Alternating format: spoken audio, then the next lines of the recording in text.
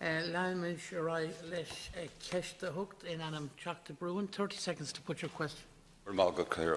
Well, Minister, obviously last year was, I think, the 20th anniversary of our first national poverty strategy, I think introduced by your predecessor, Prunchis de Rossa, when he was Minister.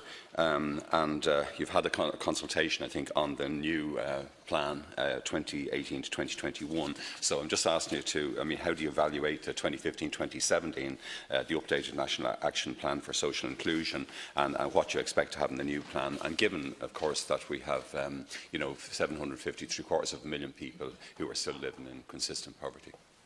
Deputy. Thank you, Minister. Thank you very much. I think it's probably fair to say that tackling poverty remains a fundamental aspiration of all of us in Irish society, regardless, I suppose, of the department that we serve in. And the programme for government includes a firm commitment to develop a new integrated framework for social inclusion, which is to tackle specifically inequality and poverty in the country. This will be a successor to the National Action Plan for Social Inclusion, which you've just described, ran from 2007 to 2016, and 15 to 17 update, which was included in this year's analysis.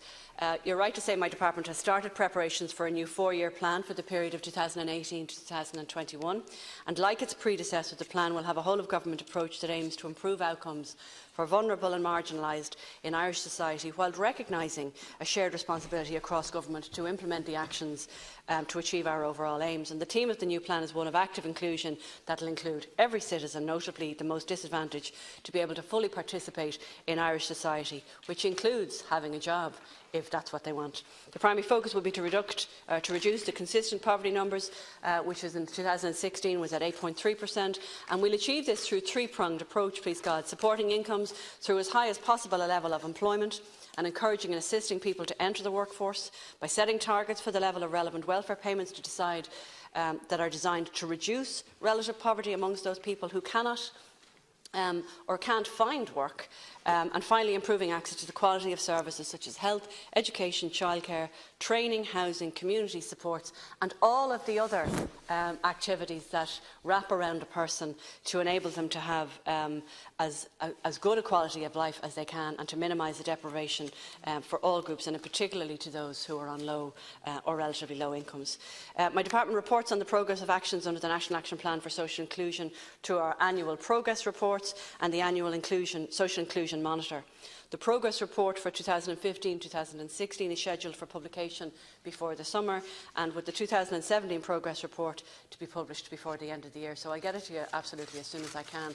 But what I want to do is to get the 2017 data as quick as I can, because there's no point in talking about 2015 or 2016 when the environment and particularly the economy in Irish society has changed. And I want to see what benefits that's actually provided to the most vulnerable in society, so that I know what we collectively then have to do to provide for a better quality of life in this year's budget. Public record. Deputy Broughan, you have 1 minute. Thanks, Career. Yeah, Minister, the bottom line, I suppose, is that we definitely are not having an inclusive recovery, if we're talking about a recovery in the economy after the decade of austerity and so on, because the statistics are still pretty frightening. The Poverty Focus Report 2018 tells us that over 100,000 working people are at risk of poverty, which is an astonishing statistic, really, as Social Justice Ireland says, and that 16.5% of the population, or effectively 1 in 6, is surviving on an income below the poverty line, and that 780,000 people, and you are now the Minister responsible, are living in poverty, and 26% of those are children. So we still have the 6th highest rate of jobless households in the EU. You mentioned in relation to targets, but the 8.3% target, but we did have the target of reducing the rate of consistent poverty down to 4% by 2016, and then 2% to 2020. Now, seemingly, you've changed that, and that we've now doubled the target back up to 4%. So there's a lot of work to be done there, Minister, isn't there? And that there's a significant cohort of our fellow citizens who have a very difficult and struggling life. And you will have a final minute. Thanks, Colonel. Minister, 1 minute. Thanks. Yeah, there's no denying the facts, Deputy, and you're dead right, and there's no dressing them up or hiding them. There are far too many people living in this country that don't have a decent standard of living, and so the role of the department is twofold. It's first of all is to support people through the working family payment and the changes that I can and have already made to that particular scheme, to support people to have a minimum standard of living, and I hope to be able to improve them further. one's money allows. But actually, more importantly, I think we all recognise that the real leveller to address poverty in this country is to provide people with employment. And we have a national strategy now to address jobless households. We have another strategy that's going to specifically address a cohort of people in households that are not working but that are not job seeking on a voluntary basis, maybe to work with these people to allow them to have access to the services of the state.